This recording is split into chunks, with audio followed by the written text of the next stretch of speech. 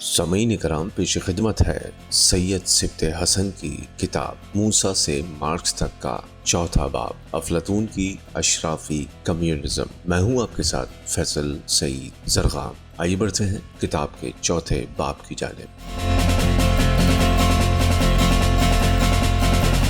افلاطون 347 قبل مسیح سے 427 قبل مسیح پہلا مفکر ہے جس نے اب سے 2200 برس پہلے مثالی معاشرے کا ایک جامع منصوبہ مرتب کیا تھا۔ یہ منصوبہ، جس کو دانیان مغرب پہلی اشتراکی دستاویز قرار دیتے ہیں، افلاطون کی شورى آفاق تصنیف ریپبلک کی شکل میں آج بھی موجود ہے، اور سیاست کے طالب علم اسے بڑے شوق سے پڑھتے ہیں۔ افلاطون کے بعد جن دانشوروں نے خیالی جنت کے خاکے کھینچے، وہ سب کے سب ریپبلک سے متاثر ہیں، مگر یہ کتاب کسی مجذوب کی بڑھ نہیں اور نہ تفریحاً لکھی گئی، بلکہ افلاطون نے اپنے زمانے کے یونانی معاشرے کا بہت گہرا مطالعہ کیا تھا، اور تب اس نتیجے پر پہنچا تھا کہ عدل و انصاف کی بنیاد پر ترقی کرنے کے لیے ضروری ہے کہ ایتھنز میں اشرافی کمیونزم کا نظام رائج کیا جائے۔ یونان کی سرحدیں 2500 برس پیشتر وہ نہیں تھی جو آج ہیں، بلکہ یونانی قوم کے باشندے اس زمانے میں ایشیائی کوچک ترکی، مقدونیہ، بلغاریہ، البانیہ، سسلی، کریٹ اور تمام جزیروں میں آباد تھے، جو مشرقی بحیرہ روم میں واقع ہے۔ یہ سارا علاقہ چھوٹی بڑی درجنوں شہری ریاستوں میں بٹا ہوا تھا۔ ان میں بعض ریاستیں بہت طاقتور تھیں، مثلا ایشیائی کوچک کی ریاست لیڈیا، وسطی یونان کی ریاست اوٹیکا جس کا صدر مقام ایتھنز تھا، اور جنوبی یونان کی ریاست اسپارٹا۔ ایتھنز اور اسپارٹا کے لوگ شمالی علاقے مقدونیہ وغیرہ کے باشندوں کو بڑی حقارت سے دیکھتے تھے، کیونکہ ان کے نزدیک یہ لوگ نیرے پیشی تھے۔ یونانی تہذیب کا سب سے بڑا مرکز ایتھنز تھا۔ 6 صدی قبل مسیح میں جب ایران کو عروج ہوا اور کوروش اعظم اور دورائے اعظم نے ایشیائی کوچک کی یونانی ریاستوں کو اپنی قلمرو میں شامل کرنے کے بعد جزیرہ نما یونان پر حملے شروع کیے، تو یونانی ریاستوں نے بیرونی خطرے کا مقابلہ کرنے کی غرض سے ایتھنز کی قیادت میں ایک وفاق قائم کیا۔ اس وفاق نے رفتہ رفتہ ایتھنز کی باقاعدہ سلطنت کی شکل اختیار کر لی۔ ایران اور یونان کی جنگ 70 سال تک جاری رہی، 431 قبل مسیح سے 500 قبل مسیح تک۔ اس جنگل میں بالآخر ایران کو شکست ہوئی، اور ایتھنز کی بحری طاقت کا کوئی ہمسر باقی نہ رہا۔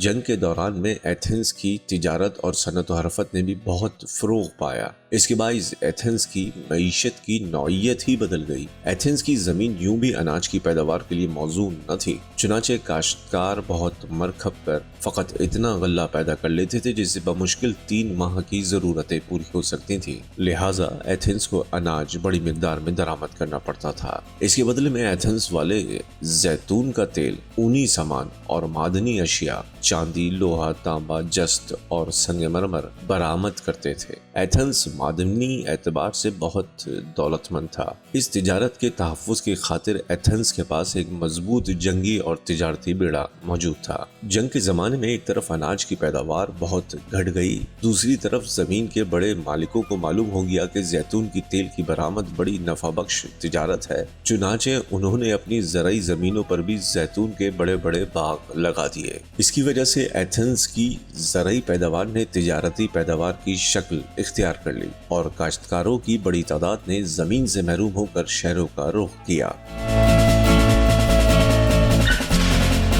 ادھر شہروں میں صنعت و حرفت، جو اب تک پھٹ کر دستکاروں اور ہنرمندوں کا پیشہ تھی، بڑے بڑے کارخانوں میں سمٹ آئی۔ شرفائے شہر، جو اب تک زمینوں کی آمدنی پر گزارا کرتے تھے، ملک التجار بن گئے، زمیندار، سرمایہ دار اور جہازوں کے مالک بن گئے۔ درآمد برآمد کا سارا کاروبار چند ہاتھوں میں سمٹ آیا۔ دستکار اور چھوٹے دکاندار اب کارخانوں کے مالک کے دستے نگر ہو گئے۔ وہ جس بھاؤ چاہتے سامان فروخت کرتے اور جس کو چاہتے روزگار فراہم کرتے تھے۔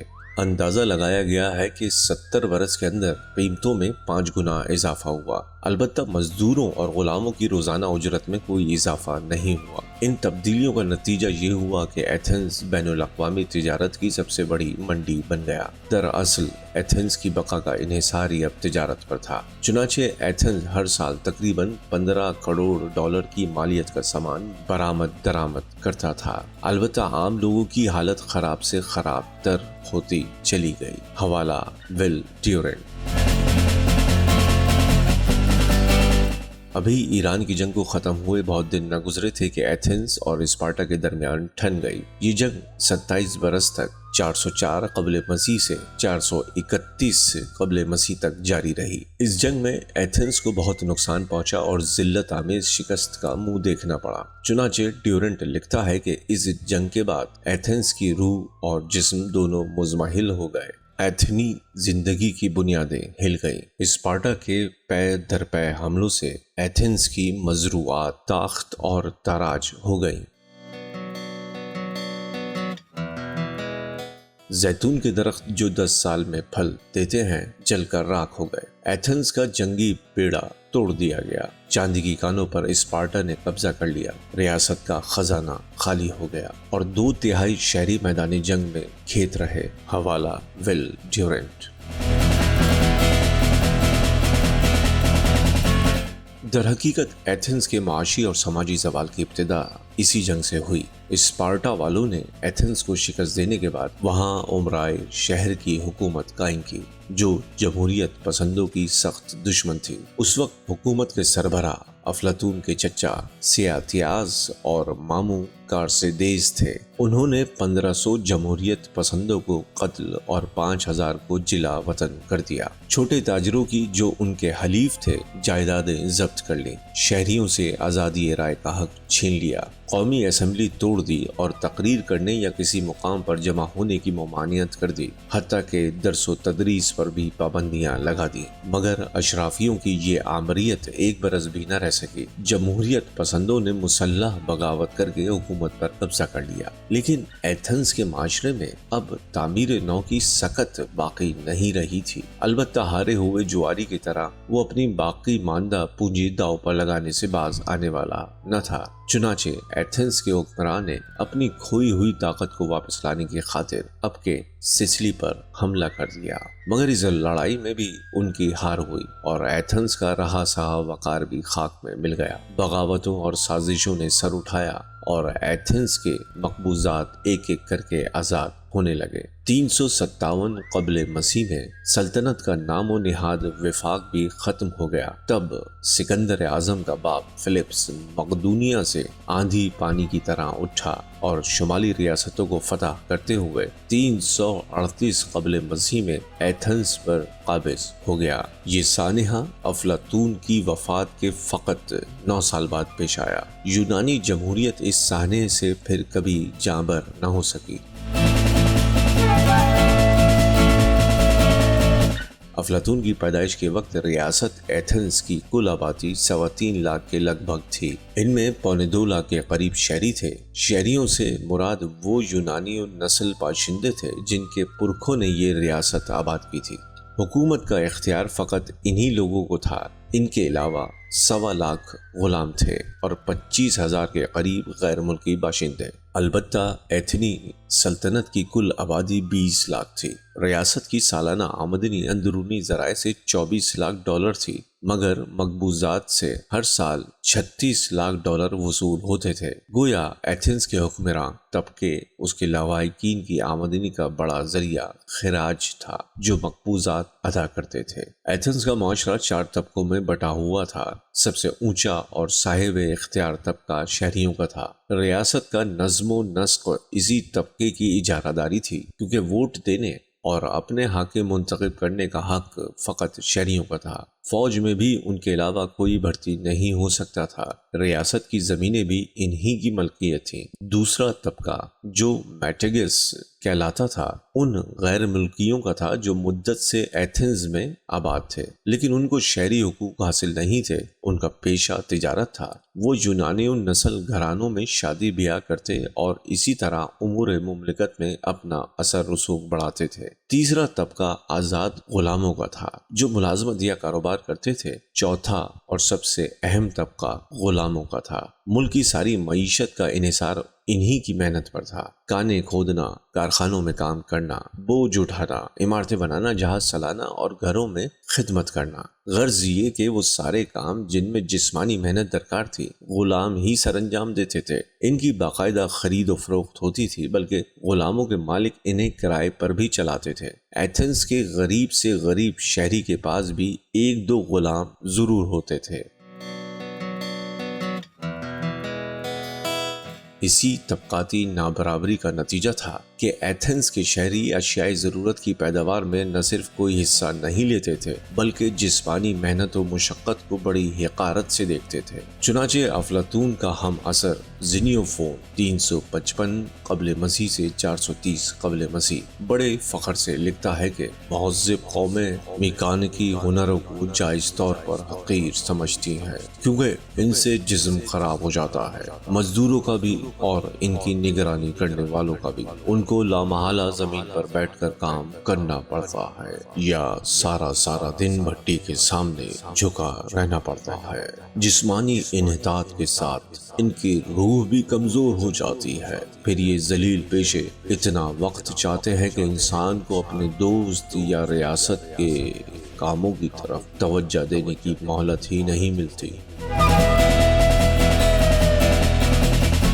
فکر مارچ سے آزاد ہو کر یہ طبقہ اپنا وقت سیاست اور خطابت، فلسفہ اور شاعری، شہ سواری اور تیراکی، جسمانی ورزش اور فوجی تربیت، ضیافت اور بحث و مباحثے میں صرف کرتا تھا۔ عورتیں گھروں میں رہتی تھیں، لہٰذا خوش روح لڑکوں سے محبت کا رواج عام تھا، حتیٰ کہ سقراط اور افلاطون بھی اس مرض سے محفوظ نہ تھے۔ ایتھنز کی شہری ریاست جمہوریت ضرور تھی، مگر ایسی جمہوریت جس میں شہری حقوق فقط مرد شہریوں کو حاصل تھے۔ افلاطون کے زمانے میں ان کی تعداد 43,000 تھی۔ عورتوں کو رائے دہی کا حق نہ تھا۔ شہری بھی سب کے سب ایتھنز میں نہیں رہتے تھے بلکہ پوری ریاست میں پھیلے ہوئے تھے۔ ان کے لیے سینکڑوں میل کا سفر طے کر کے ہر مہینے ایتھنز آنا اور قومی اسمبلی کے اجلاس میں شریک ہونا ناممکن تھا۔ نتیجہ یہ تھا کہ ریاست کے سیاہ و سفید کے مالک ایتھنز کے 2,500 شہری ہی تھے۔ ایتھنز میں سیاسی اقتدار کا سرچشمہ قومی اسمبلی تھی۔ ریاست کا ہر بالغ شہری اسمبلی کا رکن ہوتا۔ اسمبلی کا اجلاس مہینے میں 4 بار ضرور ہوتا تھا۔ ریاست کے تمام قوانین اسمبلی میں پیش ہوتے تھے اور اکثریت کے فیصلے سے منظور ہوتے تھے۔ اجلاس میں شریک ہونے والوں کو معاوضہ بھی ملتا تھا۔ اسمبلی کے علاوہ 500 ارکان کی ایک کونسل ہوتی تھی۔ چونکہ ریاست کے بانی 10 قبیلے تھے، لہٰذا ہر قبیلے میں سے 50 ارکان قراندازی کے ذریعے چنے جاتے تھے۔ ان کی رکنیت کی میعاد 1 سال ہوتی تھی اور ان کو 5 اوبول سکہ رائج الوقت یومیہ معاوضہ ملتا تھا۔ اسمبلی میں پیش ہونے والے قوانین کے مسودوں کی جانچ پڑتال کرنا، انتظامی محکموں اور مذہبی اداروں کے حسابات کی نگرانی کرنا اور ریاست کے مالیہ اور عمارتوں کی دیکھ بھال کرنا کونسل کے فرائض میں شامل تھا۔ اسمبلی کا اجلاس نہ ہوتا تو احکامات صادر کرنا اور امور خارجہ کے بارے میں فیصلے کرنا بھی کونسل ہی کی ذمہ داری تھی۔ البتہ ان فیصلوں کی توثیق اسمبلی میں لازمی تھی۔ کونسل اور اس کے ذریعے اداروں کا اجلاس روز ہوتا تھا اور ہر روز ایک نیا صدر قرعہ ڈال کر چنا جاتا تھا۔ حکومت کے 9 الگ الگ شعبے تھے۔ ان شعبوں کے سربراہوں کو آرکن کہتے تھے۔ وہ بھی قرعہ اندازی سے چنے جاتے تھے، البتہ ان کو سال میں 9 بار اسمبلی سے اعتماد کا ووٹ حاصل کرنا ہوتا تھا۔ دوسرے سرکاری عہدے بھی قرعے ہی کے ذریعے پر کیے جاتے تھے، لیکن ملک پر حکمرانی در حقیقت فوج کی تھی، کیونکہ فوج کا سپاہی سالار اور دوسرے کمانڈر قرعے کے بجائے اسمبلی میں ووٹ سے چنے جاتے تھے اور ان کے لیے 1 سال یا 2 سال کی قید نہ تھی۔ چنانچہ فوج کا سپہ سالار ہی ملک کا سب سے طاقتور اور با اختیار فرد ہوتا تھا۔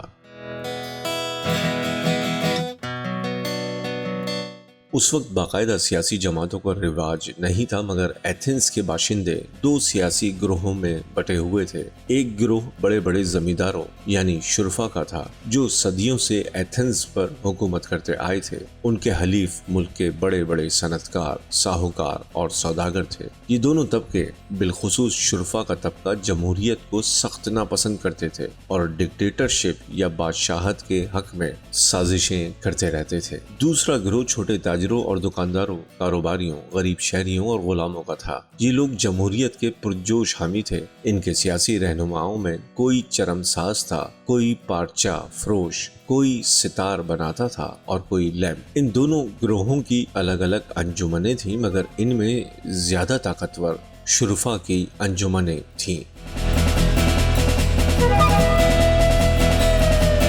عوام کو ان کے حقوق سے محروم رکھنا ان انجمنوں کا بنیادی مقصد تھا۔ چنانچہ ارسطو لکھتا ہے کہ شرفا کی انجمنوں میں شامل ہوتے وقت ہر شخص کو یہ عہد کرنا پڑتا تھا کہ میں عوام کا دشمن رہوں گا اور کونسل کے اندر رہ کر ان کو نقصان پہنچانے کی ہر ممکن کوشش کروں گا۔ حوالہ سیاست، صفحہ نمبر 1310۔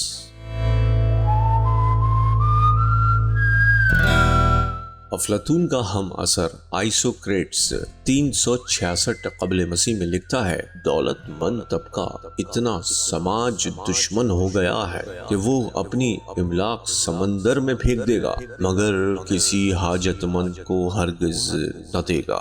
بدنظیمی اتنی بڑھ گئی تھی کہ دولت مند طبقہ اپنے اقتدار کے تحفظ کے لیے برے سے برے کام سے بھی دریغ نہیں کرتا تھا۔ مثلا سولن کے آئین کے مطابق رشوت کی سزا موت تھی، لیکن افلاطونی عہد کے ایتھنز میں شہریوں کے ووٹ کی باقاعدہ خرید و فروخت ہوتی تھی اور کلیدی اسامیوں پر، جن میں فوجی عہدے بھی شامل تھے، رشوت دیے بغیر تقرر قریب ناممکن تھا۔ یہی حال عدالتوں کا تھا، جہاں فیصلے اثر و رسوخ یا رشوت کے تحت صادر ہوتے تھے اور لوگ جب تنگ آ کر بغاوت کر دیتے تھے تو فوج اس بغاوت کو بڑی سختی سے کچلنے کی کوشش کرتی تھی۔ اس جبر و تشدد کی وجہ سے بے چینی بڑھتی تھی۔ چنانچہ 412 قبل مسیح میں جزیرہ سیموس کے لوگوں نے بغاوت کر کے حکومت پر قبضہ کر لیا۔ انہوں نے 200 امراء کو قتل اور 400 کو ملک بدر کر دیا اور تمام زمین اور املاک آپس میں تقسیم کر لی۔ اس قسم کی بغاوتیں لیون تنی اور کورسائرا میں بھی ہوئیں۔ 370 قبل مسیح میں آرگوس کے باشندے ہتھیار لے کر اٹھ کھڑے ہوئے اور انہوں نے 1200 دولت مندوں کے سر قلم کر دیے اور ان کی جائیدادیں ضبط کر لیں۔ دولت اور محنت کی اس جنگ میں ایتھنز کے مفکر اور فنکار غیر جانبدار نہیں تھے۔ ملک کی ابتری کا نقشہ ان کے روبرو تھا اور وہ سماجی مسائل پر اظہار رائے سے گریز نہ کرتے تھے۔ بعض دانشور تو خرابی کی جڑ تک پہنچ گئے تھے اور اعلانیہ کہتے تھے کہ ایتھنز کے شہری جب تک مقبوضات سے دستبردار نہ ہوں گے ان کی مفت خوری کی عادت نہ جائے گی۔ آئسوکریٹس 338 قبل مسیح سے 436 قبل مسیح تک، جو ایتھنز کا مشہور معلم اور خطیب تھا، اعلانیہ کہتا ہے کہ جسے ہم سلطنت کہتے ہیں وہ در حقیقت بہت بڑی لعنت ہے، کیونکہ سلطنت کی فطرت ہی ایسی ہے کہ اس سے وابستہ ہونے والے ہر شخص کا کردار برباد ہو جاتا ہے۔ ایتھنز کے شہریوں کو خراج پر زندہ رہنا سکھا کر سامراج نے جمہوریت کا ستیہ ناش کر دیا ہے اور اب کے خراج کی راہیں بند ہو گئی ہیں۔ لوگ سرکاری گزارے پر زندگی بسر کرنا چاہتے ہیں اور ان افراد کو اعلیٰ عہدوں پر بٹھاتے ہیں جو ان کو زیادہ سے زیادہ مراعات دینے کا وعدہ کرے۔ مشہور درویش صفت فلسفی دیوجانس 323 قبل مسیح سے 412 قبل مسیح تک بھی دولت کے ارتکاز اور دولت مندوں کی عیش پسندیوں پر برسر عام ملامت کرتا تھا۔ وہ غلامی کو انصاف کی توہین سمجھتا تھا۔ وہ خود نہایت سادہ زندگی گزارتا تھا اور دوسروں کو بھی انکساری اور فروتنی کی تلقین کرتا تھا۔ اس کا استاد اینٹیتھنیز ذاتی ملکیت سے سخت بیزار تھا۔ میں اس خوف سے دولت سے بچتا ہوں کہ مبادا وہ میری آقا بن جائے۔ وہ صاحب املاک طبقوں سے ذاتی تعلقات قائم کرنے کے بھی خلاف تھا۔ وہ ایسے مدرسے میں پڑھاتا تھا جہاں غریب بچے تعلیم پاتے تھے وہ تدریس کا کوئی معاوضہ بھی نہیں لیتا تھا۔ اسی طرح مشہور ڈرامہ نویس یوروپیڈیز 406 قبل مسیح سے 480 قبل مسیح تک اپنے ناٹکوں میں یونانیوں کی توہم پرستیوں کا خوب مذاق اڑاتا تھا، ان کے دیوتاؤں کی مذمت کرتا تھا، عورتوں کی محکومی پر اظہار تعصب کرتا تھا اور غلامی کا جانی دشمن تھا۔ وہ جنگ اور جنگ پسندوں پر کڑی تنقید کرتا تھا اور اشتراکی خیالات کی ترویج کرتا تھا۔ حوالہ ڈیورنٹ، صفحہ نمبر 414۔ بالآخر ان صداقت بیانیوں کی اسے سزا ملی اور غداری کے الزام میں اس پر 2 بار مقدمہ چلا، مگر وہ بری ہو گیا، لہٰذا اسے 72 سال کی عمر میں جلا وطن کر دیا گیا۔ غرض یہ کہ پورے معاشرے پر سیاسی بے چینیوں کے علاوہ فکری ہیجان و اضطراب کی کیفیت طاری تھی۔ رواقی فلسفی ان سنہرے دنوں کا تذکرہ کرتے تھے جب نہ مال و متاع کے انبار تھے، نہ حرص و ہوس کے باعث انسان خود غرضیوں اور راحت طلبیوں کا شکار ہوا تھا، بلکہ ہر طرف محبت، دوستی، اخلاص اور فروتنی کا دورہ تھا۔ وہ کہتے تھے کہ سکون قلب اور صفائے نفس چاہتے ہو تو اسی سیدھے سادے دین فطرت کی طرف واپس جاؤ جو تمہارے پرکھوں کا شعار تھی۔ مگر وہ صاحب فہم جن کا خیال تھا کہ انسان پیچھے کی طرف نہیں لوٹ سکتا، کھلم کھلا کمیونزم کا پرچار کرتے تھے۔ البتہ ان کی نام نہاد کمیونزم میں تجارت کو قوم کی مشترکہ ملکیت بنانے کا تصور شامل نہیں تھا، اور نہ وہ غلاموں کے آزادی کے حق میں تھے۔ وہ تو فقط قرضوں کی تنسیخ کے خواہش مند تھے اور زمین کو کاشتکاروں میں برابر بانٹ دینا چاہتے تھے۔ انہوں نے سرخ رنگ کو اپنا انقلابی نشان بنا لیا تھا۔ حوالہ ڈیورنٹ، صفحہ نمبر 282۔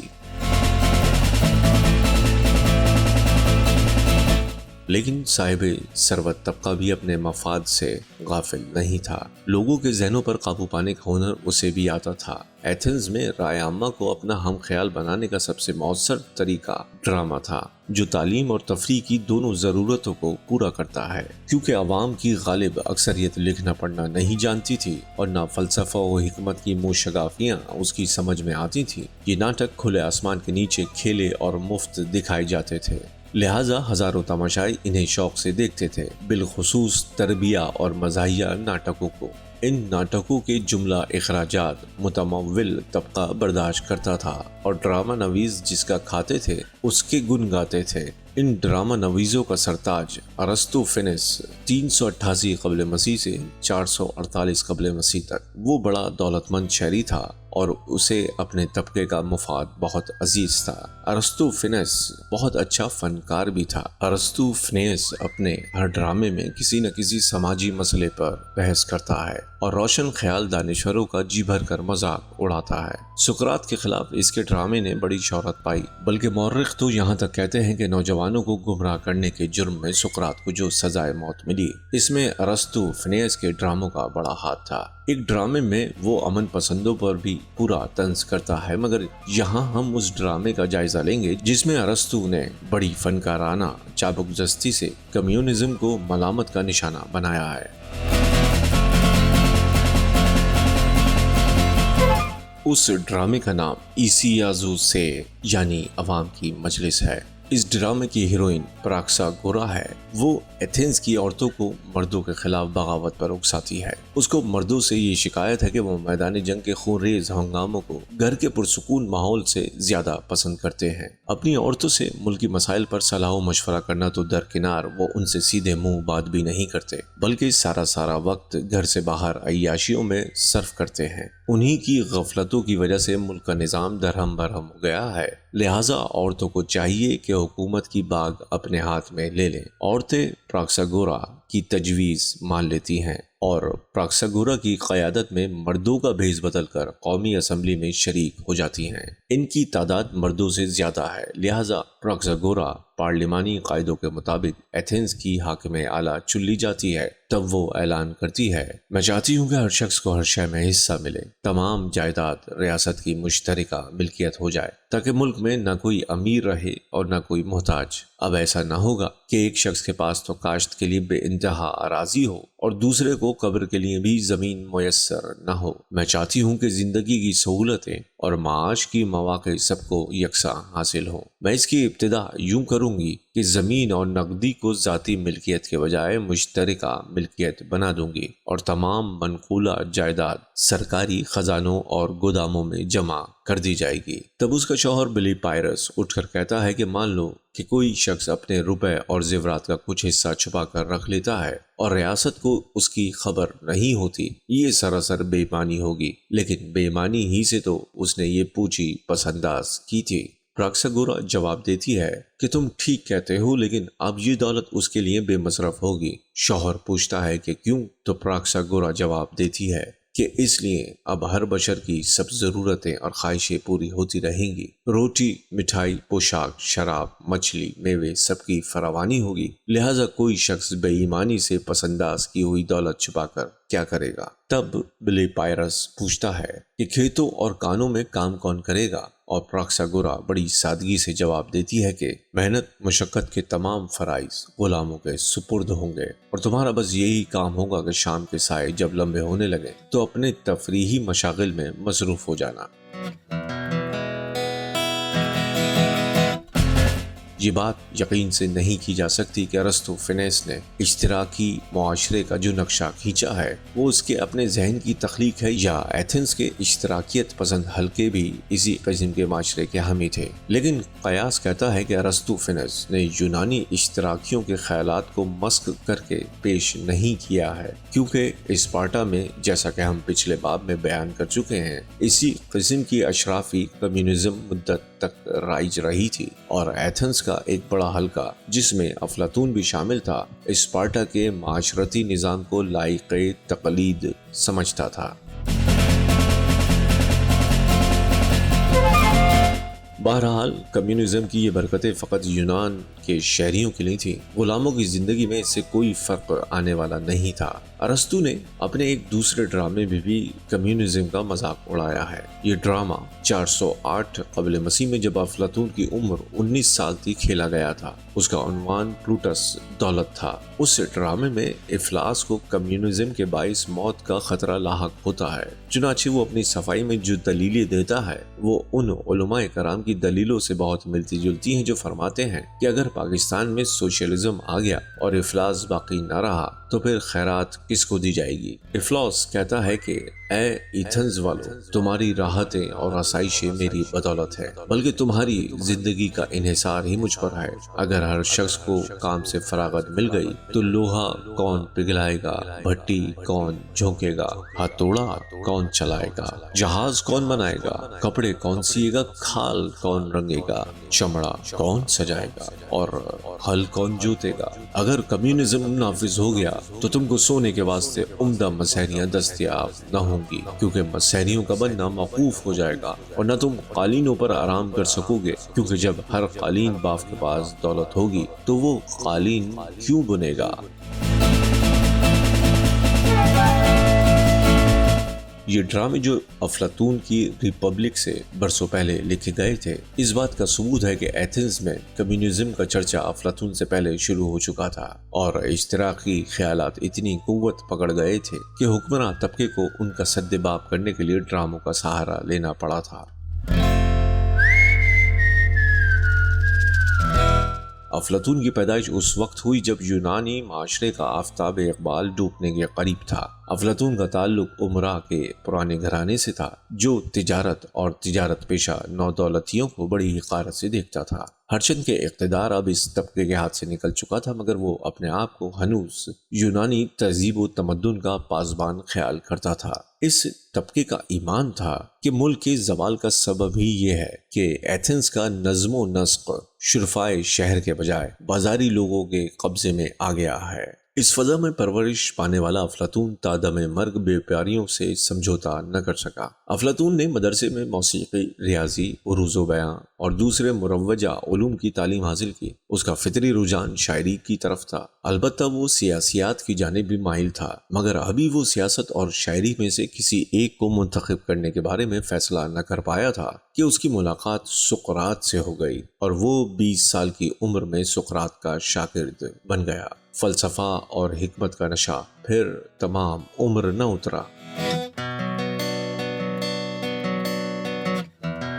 افلاطون کی جوانی اسپارٹا کی تباہ کن جنگ کے ماحول میں گزری۔ 404 قبل مسیح میں جب یہ جنگ ختم ہوئی اور اقتدار افلاطون کے رشتہ داروں کے قبضے میں آیا تو انہوں نے افلاطون کو بھی مجلس مشاورت میں شرکت کی دعوت دی، لیکن افلاطون نے انکار کر دیا۔ مگر 1 سال بعد جب جمہوریت پسندوں نے اس حکومت کا تختہ الٹ دیا تو افلاطون کو یہ خطرہ ہوا کہ مبادا سابق حکمرانوں سے رشتے کے کارن انتقام کی بجلی مجھ پر بھی گرے، لہٰذا اس نے ایتھنز کو خیر بات کہا اور یونان کے مختلف شہروں میں قیام کرتا ہوا بالآخر مصر پہنچ گیا۔ مصر میں افلاطون نے ریاضی اور علم نجوم کی تعلیم مکمل کی اور جنوبی اٹلی روانہ ہو گیا۔ اٹلی میں اس کو حکیم فیثاغورس کے شاگردوں کی مجلسوں میں شریک ہونے کا موقع ملا۔ فیثاغورس 507 قبل مسیح سے 582 قبل مسیح تک یونان کا پہلا جمہوریت پسند مفکر تھا جس نے فلسفے کی اصطلاح وضع کی۔ اس نے جنوبی اٹلی میں کروٹین کے مقام پر اپنے شاگردوں اور مریدوں کی ایک بستی بسائی تھی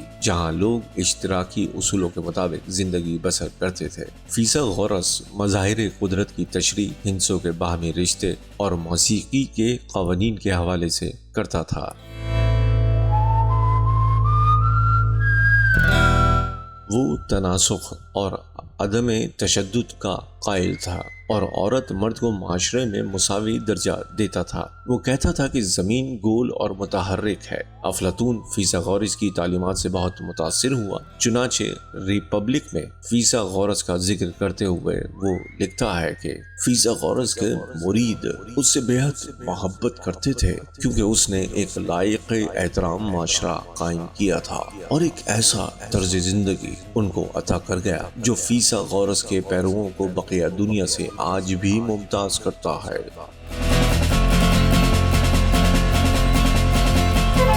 افلاطون اٹلی سے سسلی گیا جہاں اس کی دوستی بادشاہ ڈائنوسس اول کے مشیر خاص دیان سے ہو گئی، لیکن ایک دن بادشاہ افلاطون سے کسی بات پر ناراض ہو گیا اور اس کو غلام بنا کر فروخت کر دیا گیا۔ مگر کچھ عرصے کے بعد اس کے احباب نے رقم ادا کر کے اس کو آزاد کروا لیا۔ اس غلامی سے نجات پا کر وہ 12 سال کی سیر و سیاحت کے بعد ایتھنز واپس آیا۔ وہاں اپنی مشہور درسگاہ اکیڈمی قائم کی اور 40 برس تک امراء کے بچوں کو تعلیم دیتا رہا۔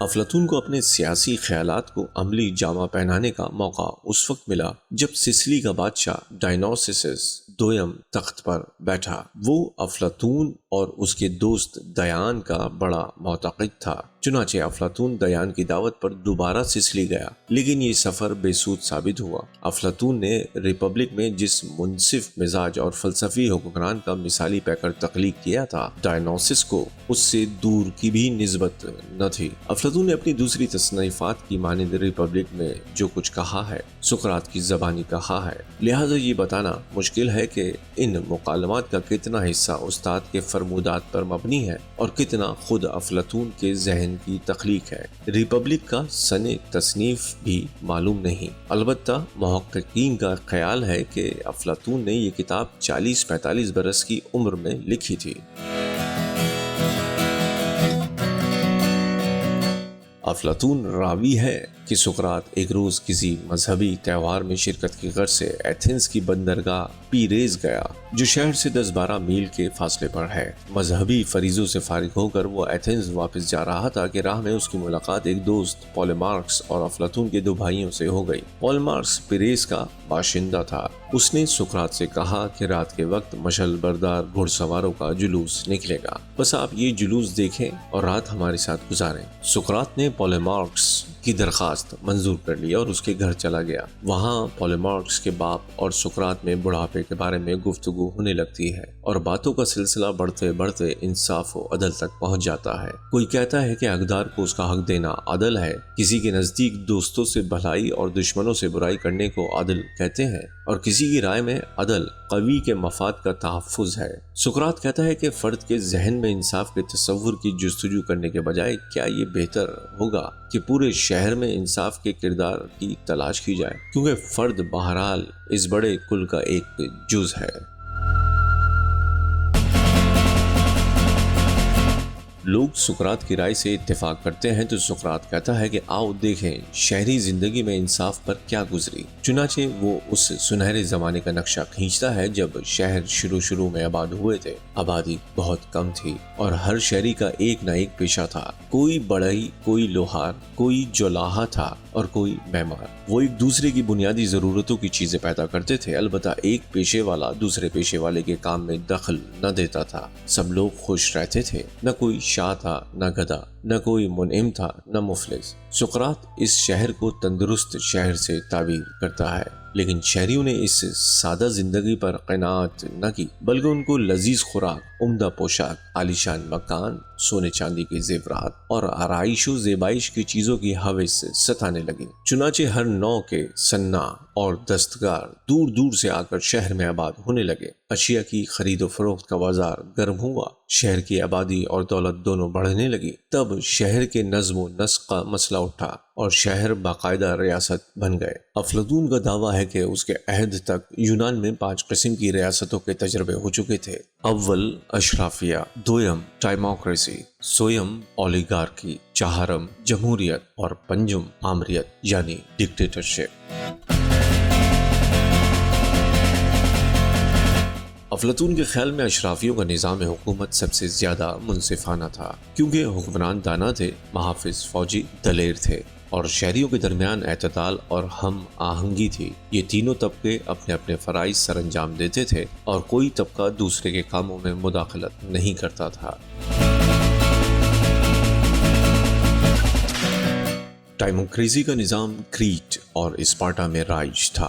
اس نظام حکومت کا اختیار فقط صاحب املاک افراد کو حاصل تھا، جس کے پاس جتنی زیادہ جائیداد ہوتی، نظم و نسق میں اتنا ہی زیادہ اس کا اختیار چلتا تھا۔ افلاطون کو اولیگارکی کا ذاتی تجربہ تھا، چنانچہ وہ اس طرز حکومت کو سخت ناپسند کرتا ہے۔ ایسی حکومت میں فقط دولت مند راج کرتے ہیں اور غریبوں کی کوئی آواز نہیں ہوتی۔ دولت اور دولت مندوں کی عزت ہوتی ہے اور پاک بازوں کی بے قدری۔ نتیجہ یہ ہوتا ہے کہ شہر کی وحدت زائل ہو جاتی ہے اور شہر 2 شہروں میں بٹ جاتا ہے، ایک امیروں کا شہر، دوسرا غریبوں کا شہر، جو بستے تو ایک ہی خطے میں ہیں لیکن ایک دوسرے کے خلاف مسلسل سازش کرتے رہتے ہیں۔ حوالہ ریپبلک پیرا نمبر 551۔ اس ریاست میں زر و سیم کو دوسری چیزوں پر فوقیت دی جاتی ہے۔ کچھ لوگ مقروض ہوتے ہیں، کچھ شہری حقوق سے محروم اور کچھ مقروض بھی اور محروم بھی۔ افلاطون ایسے شہر کو بیمار شہر سے تعبیر کرتا ہے جو بیرونی حملے اور اندرونی بغاوتوں کی تاب نہیں لا سکتا۔ پیرا نمبر 555۔ مگر جمہوری نظام بھی کچھ کم غیر منصفانہ نہیں ہوتا۔ جمہوریت اس وقت قائم ہوتی ہے جب مفلس لوگ اپنی مخالف جماعت کے کچھ لوگوں کو قتل یا ملک بدر کر کے اور باقی ماندہ کو شہری حقوق اور عہدوں میں شریک کر کے اقتدار حاصل کر لیتے ہیں۔ ایسی ریاست میں عہدے عموماً قرعے کے ذریعے تقسیم ہوتے ہیں۔ حوالہ ریپبلک پیرا نمبر 557۔ مگر افلاطون نے جس نظام کی مذمت کی ہے اس کو جمہوریت سے دور کا بھی تعلق نہیں ہے، بلکہ یہ نقشہ اس نراج کا ہے جو ایتھنی معاشرے میں افلاطون کے عہد میں پایا جاتا تھا۔ اور جب لوگ ان بدنظمیوں سے تنگ آ جاتے تو کوئی مرد آہن ملک کا نجات دہندہ بن کر اٹھتا ہے۔ وہ عوام سے طرح طرح کے جھوٹے وعدے کرتا ہے اور ان کو سبز باغ دکھا کر اپنا پیروکار بنا لیتا ہے۔ افلاطون کی نظر میں بدترین نظام حکومت وہی ہے جس میں واحد شخص ڈکٹیٹر بن جائے۔ انصاف کی روح سب سے زیادہ اشرافی ہے اور سب سے کم آمرانہ طرز حکومت ملتی ہے۔ سقراط کے احباب پوچھتے ہیں کہ بتائیے آپ کی نظر میں سب سے زیادہ منصفانہ نظام حکومت کون سا ہے اور یہ نظام کس طرح قائم ہو سکتا ہے؟ تب سقراط اپنی مثالی ریاست کا خاکہ پیش کرتا ہے۔ افلاطون کے نزدیک ہر ریاست کے 3 عناصر ترکیبی ہوتے ہیں۔ حاکم طبقہ جو ملک کے نظم و نسق کا ذمہ دار ہوتا ہے، نمبر 2 فوج جو ملک کو بیرونی حملوں سے بچاتی ہے، اور نمبر 3 کاشتکار اور دستکار وغیرہ جو ضروریات حیات زندگی پیدا کرتے ہیں۔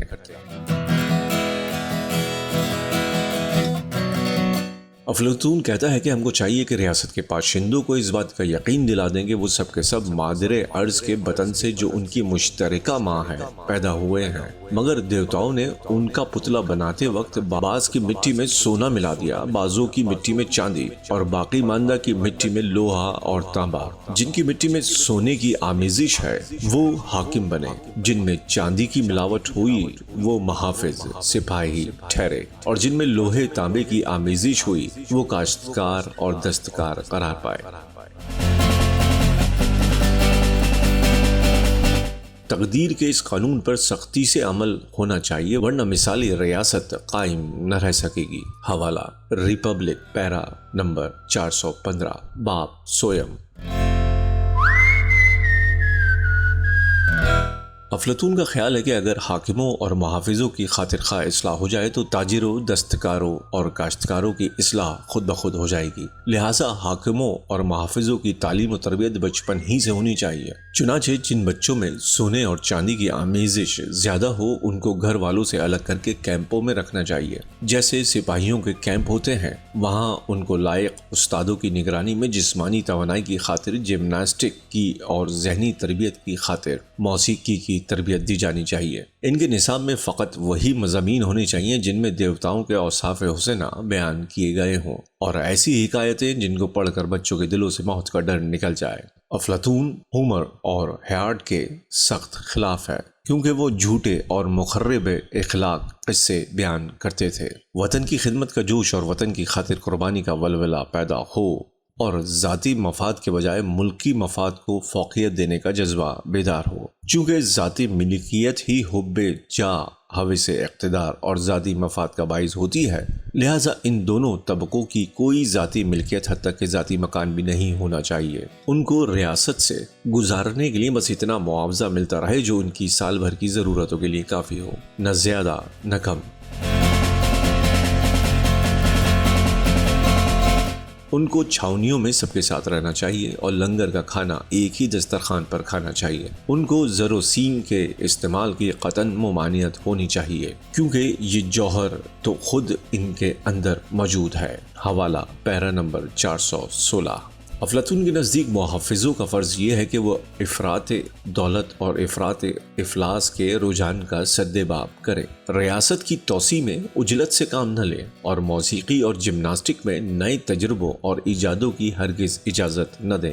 20 برس کی عمر میں بچوں کا امتحان لیا جائے تاکہ ان کی جسمانی، ذہنی اور اخلاقی صلاحیتوں کا اندازہ ہو سکے۔ جو بچے معیار پر پورے نہ اتریں ان کو تجارت، محنت، مزدوری، دستکاری اور کاشتکاری میں لگا دیا جائے۔ ان لوگوں کو ذاتی ملکیت کی اجازت ہو اور وہ حدود کے اندر رہ کر دولت پیدا کر سکیں۔ جو لڑکے امتحان میں کامیاب ہو جائیں ان کو مزید 10 برس تک کی تعلیم دی جائے۔ 30 سال کی عمر میں ان کا دوبارہ امتحان لیا جائے۔ جو ناکام ہو ان کو محافظوں کے دستے میں شامل کر دیا جائے۔ ان کو ذاتی ملکیت کی اجازت نہ دی جائے، نہ کاروبار کی، بلکہ وہ کیمپوں میں ایک ساتھ رہیں۔ جو لڑکے کامیاب ہو جائیں ان کو مزید 5 برس تک الوہی فلسفہ، حساب، منطق، قانون اور سیاست کی تعلیم دی جائے۔ تب 35 برس کی عمر میں ان کو ملک کی عملی زندگی میں حصہ لینے کی اجازت ہو۔ جب وہ 50 برس کے ہوں تو ان کو انتخاب کے بغیر حاکم طبقے میں شامل کر لیا جائے۔ ان کو ذاتی ملکیت کی اجازت نہ ہو، نہ ان کا کوئی گھر بار اور بیوی بچے ہوں۔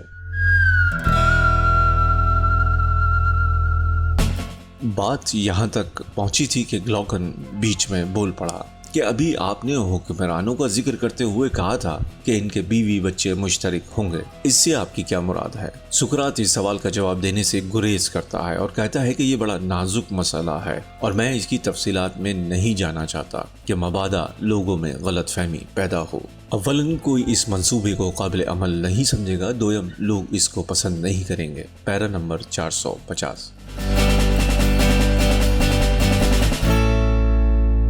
مگر حاضرین بزم اصرار کرتے ہیں، تب سقراط دلیلوں اور مثالوں سے ثابت کرتا ہے کہ جو کام مرد کر سکتا ہے وہی کام عورت کر سکتی ہے، اور نظم و نسق کی جو صلاحیت مردوں میں ہے وہی عورتوں میں بھی موجود ہے۔ لہٰذا جس طرح ہم مردوں کو چھان پھٹک کر کے تعلیم و تربیت کے ذریعے حکمرانی کے لائق بنائیں گے، اسی طرح عورتوں کو بھی منتخب کریں گے جن میں جوہر قابل موجود ہو، اور پھر ان کی تعلیم و تربیت اسی نہج پر کریں گے جس نہج پر مردوں کی ہو۔ یہ عورتیں بلا کسی استثناء کے ان مردوں کی مشترکہ بیویاں ہوں۔ اسی طرح ان کی اولاد بھی کسی ایک فرد کی اولاد نہ سمجھی جائے بلکہ پورے حکمراں طبقے کی۔ نہ والدین کو معلوم ہو کہ ان کا اپنا بچہ کون ہے، اور نہ اولاد کو خبر ہو کہ ان کے ماں باپ کون ہے۔ حوالہ پیرا نمبر 457۔ عورت کو 20 برس سے 40 برس کی عمر تک اور مرد کو 30 برس سے 55 برس کی عمر تک بچہ پیدا کرنے کی اجازت ہو۔ لائق کرگس کی پانند افلاطون کا بھی خیال ہے کہ جس طرح ہم اچھی نسل کی خاطر فقط تندرست جانوروں کو منتخب کرتے ہیں، اسی طرح ہمیں لازم ہے کہ تندرست مردوں اور عورتوں کے درمیان مباشرت کی ہمت افزائی کریں تاکہ ان کی جو اولاد پیدا ہو وہ تندرست و توانا ہو۔ ان بچوں کی جانچ پڑتال کے لیے سرکاری افسر عورت اور مرد مقرر ہوں جو ولادت کے فوراً بعد ان کو سرکاری نرسری میں پہنچا دیں، وہاں ہوشیار نرسیں ان کی پرورش کریں، لاغر اور عیبی بچوں کو ضائع کر دیا جائے۔ حوالہ پیرا نمبر 460۔ غرض یہ کہ افلاطون کی مثال ریاست میں حکمران اور محافظ طبقوں کی حد تک کوئی نہ کوئی ذاتی ملکیت ہوگی، اور نہ زر نہ زمین۔ ان کا اپنا گھر بار بھی نہ ہوگا اور نہ بیوی بچے ہوں گے جن کے آرام و آسائش کی خاطر انسان طرح طرح کی غیر منصفانہ حرکتیں کرتا ہے۔ اس اشتراکی زندگی کے باعث ان کی ذہنیت بھی بدل جائے گی اور وہ سب کی خوشی کو اپنی خوشی اور سب کے غم کو اپنا غم سمجھنے لگیں گے۔ اسی شہر کا نظام سب سے اچھا سمجھا جاتا ہے جس میں شہریوں کی سب سے زیادہ تعداد اشیاء کے بارے میں اپنے اور پرائی کی اصطلاح یکساں طور پر استعمال کرتی ہو۔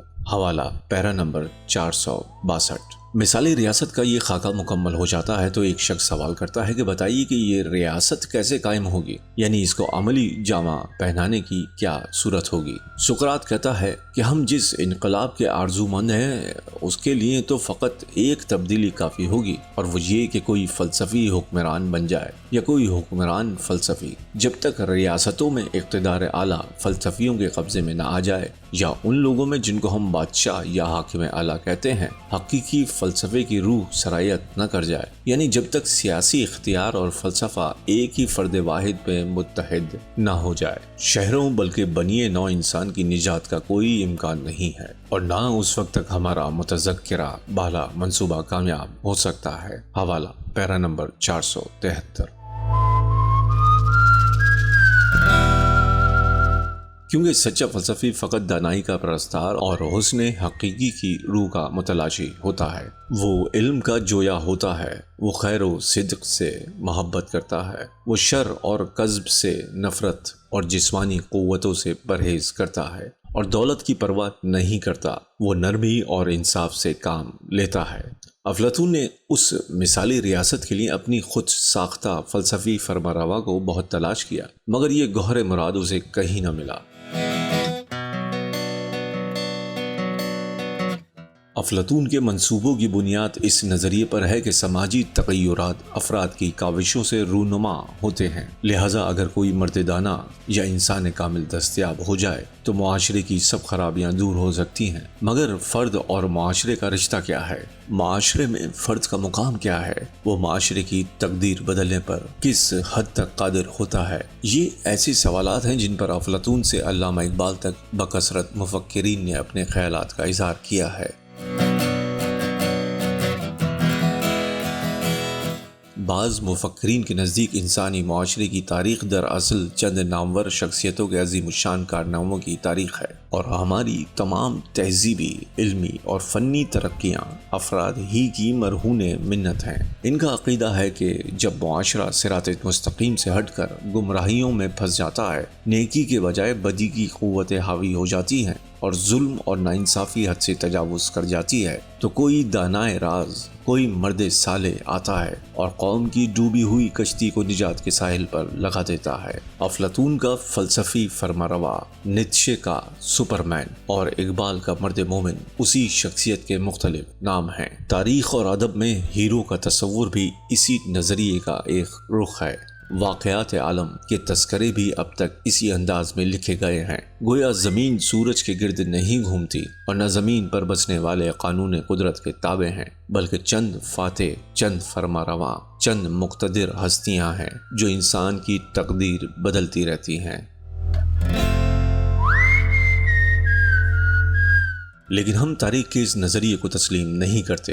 ہم نامور شخصیتوں کے انفرادی کارناموں کا اعتراف تو کرتے ہیں، مگر ہمارے نزدیک فرد معاشرے کی پیداوار ہوتا ہے اور اس کے کارنامے معاشرے کی اجتماعی ضرورتوں، آرزوؤں اور امنگوں کا عکس ہوتے ہیں۔ فرد معاشرے پر اپنا نقش بٹھانے سے قبل اپنے ماحول اور معاشرے کا اثر قبول کرنے پر مجبور ہیں، کیونکہ ماں کے پیٹ سے لے کر سن بلوغ تک اس کی پرورش معاشرے ہی میں ہوتی ہے۔ دوسری بات یہ ہے کہ معاشرے کا کم و بیش ہر فرد اپنی بساط کے مطابق حالات و واقعات پر اثر انداز ہوتا رہتا ہے۔ البتہ ہر شخص کا اثر مساوی نہیں ہوتا، کیونکہ انسانوں کی ذہنی اور جسمانی صلاحیتیں مساوی نہیں ہوتی۔ جن افراد میں غیر معمولی صلاحیتیں ہوتی ہیں یا جن کو اپنی صلاحیتوں سے کام لینے کا موقع ملتا ہے، لوگ ان کے کارناموں کو یاد کرتے ہیں۔ تیسری بات یہ ہے کہ بڑے سے بڑا مصلح قوم بھی اس وقت تک سماجی انقلاب نہیں لا سکتا جب تک معاشرے کے خارجی حالات اس تبدیلی کے لیے سازگار نہ ہوں اور نہ لوگوں میں پرانے معاشرے کو بدلنے کا شعور و احساس پیدا ہو جائے۔ افلاطون ایک فرد کے ذریعے سماجی انقلاب لانا چاہتا ہے، لیکن سماجی انقلاب تو آلات پیداوار اور پیداواری رشتوں میں تبدیلی سے آتا ہے، فرد کی کوششوں سے نہیں آتا۔ قصہ یہ ہے کہ سماج کی بقا کا انحصار اشیائی ضرورت کی پیداوار پر ہے۔ اشیائی ضرورت، خوراک، لباس وغیرہ پیدا کرنے کے لیے انسان آلات پیداوار کا محتاج ہوتا ہے، اور جس قسم کے آلات پیداوار ہوتے ہیں اسی کی مناسبت سے انسانوں کے درمیان پیداواری رشتے قائم ہوتے ہیں۔ آقا اور غلام کا رشتہ، کاشتکار اور زمیندار کا رشتہ، اجرتی مزدور اور صنعت کار کا رشتہ۔ آلات پیداوار اور پیداواری رشتوں میں بنیادی تبدیلی کے بغیر سماجی انقلاب نہ کبھی آیا ہے اور نہ کبھی آ سکتا ہے۔ یونان میں اس وقت تک نہ تو ایسے آلات پیدا اور رائج ہوئے تھے جو مروجہ آلات سے بہتر ہوتے، اور نہ طریقہ پیداوار میں کوئی تبدیلی آئی تھی۔ ایسی صورت میں کسی سماجی انقلاب کا امکان ہی نہ تھا۔ یوں بھی یونانی معاشرے میں پیداوار کا سب سے اہم عنصر غلاموں، کاشتکاروں اور اہل حرفہ اور چھوٹے سوداگروں کا طبقہ تھا۔ وہی لوگ پیداواری رشتوں کو بدل سکتے تھے، کیونکہ اس تبدیلی سے سب سے زیادہ انہی کو فائدہ ہوتا۔ لیکن افلاطون ان طبقوں کو درخور اعتنا ہی نہیں سمجھتا اور نہ ان کی تاریخی اہمیت کو محسوس کرتا ہے۔ افلاطون کی نام نہاد کمیونزم در حقیقت اسپارٹا کی فوجی کمیونزم کا چربہ ہے۔ یہ استحصالی طبقوں کی کمیونزم تھی جس میں پیداوار طبقوں، غلاموں، کاشتکاروں اور اہل حرفہ کو کوئی اختیار یا حق حاصل نہیں ہوتا۔ حالانکہ حقیقی کمیونزم خواہ عہد قدیم کی ہو یا دور حاضر کی، پیداوار طبقوں کی اجتماعی قوت اور تخلیقی صلاحیت کا مظہر ہوتی ہے۔ چنانچہ کمیونسٹ معاشرے میں ان طبقوں کے لیے کوئی گنجائش نہیں ہوتی جو محنت کشوں کی جسمانی اور ذہنی صلاحیتوں سے فائدہ اٹھاتے ہیں یا ان پر حکومت کرتے ہیں۔ کتاب ریپبلک کی تمام خامیوں اور خیالی منصوبہ بندیوں کے باوجود ہم افلاطون کی عظمت سے انکار نہیں کر سکتے، کیونکہ افلاطون نے اپنے معاشرے کی بنیادی خرابیوں پر غور کیا، ان خرابیوں کے اسباب دریافت کرنے کی کوشش کی اور پھر معاشرے کی اصلاح کا ایک باضابطہ منصوبہ بنایا۔ یہ منصوبہ غلط بھی تھا اور ناقابل عمل بھی۔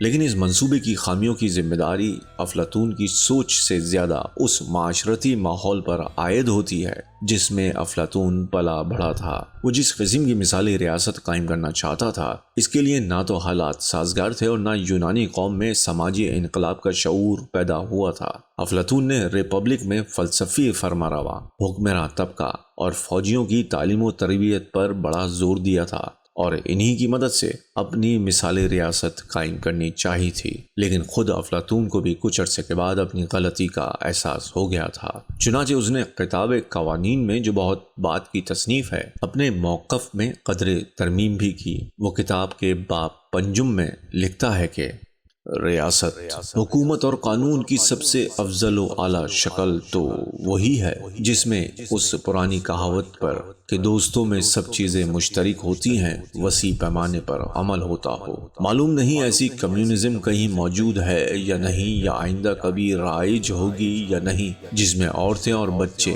اور املاک مشترک ہوں اور نجی اور ذاتی اشیاء کا تصور ہی زندگی سے خارج ہو جائے، اور وہ چیزیں بھی جو قدرتی طور پر ذاتی ہیں، مثلا آنکھیں، کان اور ہاتھ مشترک ہوں، اور سب لوگ ہر موقع پر تعریف و تعریض کا اور خوشی اور رنج کا یکساں اظہار کریں، اور قانون شہر کے سب باشندوں کو متحد کر دے۔ خوش قسمت ہوں گے اس طرح کی زندگی گزارنے والے۔ لہٰذا ہم ریاست کے اسی ڈھانچے سے وابستہ رہیں گے اور اپنی ساری قوت اس کی تلاش میں صرف کر دیں گے۔ اس قسم کی ریاست ابدیت سے بہت قریب ہوگی۔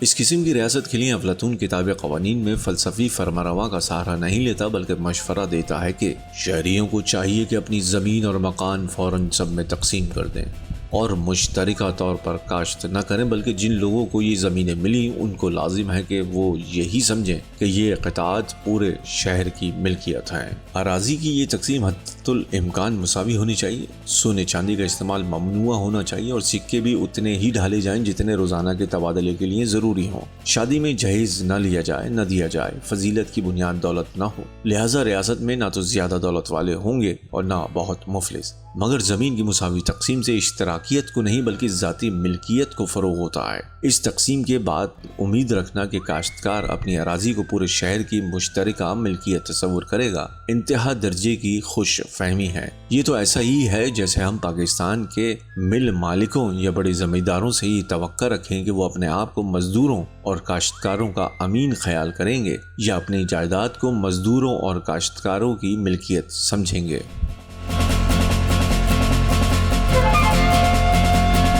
معزز سامعین کرام، آپ سماعت فرما رہے تھے سید سبط حسن کی کتاب موسیٰ سے مارچ تک، سوشلزم کی عہد بعہد تاریخ۔ میں تھا آپ کے ساتھ فیصل سعید زرغام۔ انشاءاللہ بہت جلد آپ سے ملاقات ہوگی۔ آپ اپنا بہت خیال رکھیں۔ شکریہ۔